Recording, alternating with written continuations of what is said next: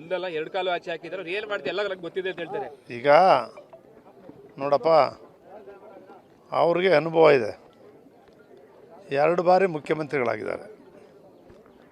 ಅವ್ರಿಗೆಲ್ಲ ರೀತಿಯ ಅನುಭವ ಏನಿದೆ ಅದನ್ನು ಮಾತಾಡಿರ್ತಾರೆ. ಅದನ್ನು ನೋಡಿಲ್ಲ, ನಾನು ನೋಡೇ ಇಲ್ಲ, ಕಾಂಟ್ಯಾಕ್ಟು ಮಾಡಿಲ್ಲ.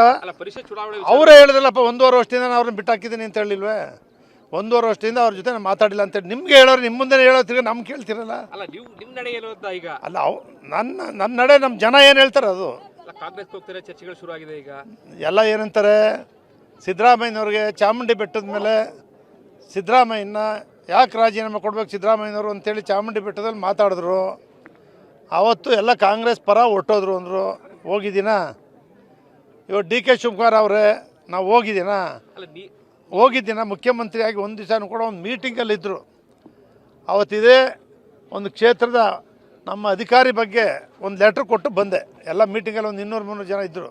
ಪ್ರತ್ಯೇಕವಾಗಿ ಅವ್ರನ್ನ ಭೇಟಿ ಮಾಡೋದಾಗಲಿ, ಇವತ್ತು ಮನವಿ ಸಲ್ಲಿಸೋದಾಗಲಿ ಇನ್ನೂ ಕೂಡ ಇದುವರೆಗೂ ಕೂಡ ಮಾಡಿಲ್ಲ. ಯಾಕೆಂದರೆ ಅವರೆಲ್ಲ ಬ್ಯುಸಿ ಇದ್ದಾರೆ. ಸಿದ್ದರಾಮಯ್ಯನವರು, ಡಿ ಕೆ ಶಿವಕುಮಾರ್ ಅವರು ಮಂತ್ರಿಮಂಡಲ ಮಾಡ್ತಕ್ಕಂಥದ್ದೆಲ್ಲ ಬ್ಯುಸಿ ಇದ್ದಾರೆ. ಮುಗಿದ ಮೇಲೆ ಅಭಿವೃದ್ಧಿ ಕಾರ್ಯಕ್ರಮಗಳು ಮನವಿ ಕೊಡ್ತೀನಿ.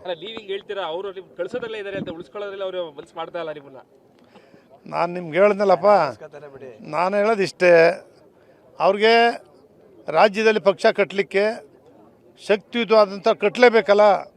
ದೇವೇಗೌಡರು ಸುಮಾರು 50-60 ವರ್ಷದಿಂದ ಜಯಪ್ರಕಾಶ್ ನಾರಾಯಣ ಅವರ ನೇತೃತ್ವದ ಜನತಾದಳ ಪಕ್ಷವನ್ನು ಕಟ್ಟಬೇಕು ಅಂಥೇಳಿ ಕಟ್ಟಿದ್ದಾರೆ.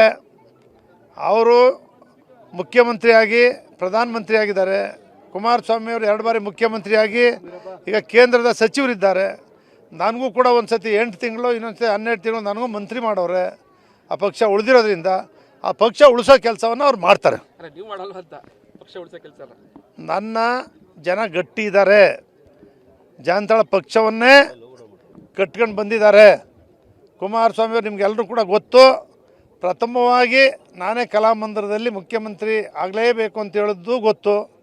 ಕುಮಾರ ಪರ್ವ ಮಾಡೋದು ಚಾಮುಂಡೇಶ್ವರಿ ಕ್ಷೇತ್ರದ ಜನ ಮಾತ್ರ, ಇನ್ನೊಂದು ಕ್ಷೇತ್ರದಿಂದ ಯಾರೂ ಕೂಡ ಬಂದಿರಲಿಲ್ಲ. ಕುಮಾರ ಪರ್ವನೂ ಮಾಡಿದ್ದಾರೆ. ಚಾಮುಂಡೇಶ್ವರಿ ಆಶೀರ್ವಾದ, ಜನರ ಈ ಚಾಮುಂಡೇಶ್ವರಿ ಕ್ಷೇತ್ರದ ಬೆಂಬಲ, ನನ್ನ ಬೆಂಬಲದಿಂದನೇ ಅವ್ರು 2 ಬಾರಿನೂ ಕೂಡ ಮುಖ್ಯಮಂತ್ರಿ ಆಗಿದ್ದಾರೆ. ಅದು ನಿಮಗೂ ಗೊತ್ತು, ಅವ್ರಿಗೂ ಗೊತ್ತು. ಒಂದು ಲಾಸ್ಟ್, ನಿಮ್ಮ ಫ್ಯಾಮಿಲಿ ಡಿಸ್ಪ್ಯೂಟ್ ಕೆಲವೊಬ್ರು ಮೈಸೂರ JDSನಲ್ಲಿ ಎಲ್ಲ ಎನ್ಕ್ಯಾಶ್ ಮಾಡಿಕೊಂಡು ನಿಮ್ಮನ್ನ ಹೊರ ಕಳಿಸುವಂಥ ಕೆಲಸಗಳು ಆಗ್ತಿದೆ ಅಂತ ಪಾರ್ಟಿಯಲ್ಲಿ.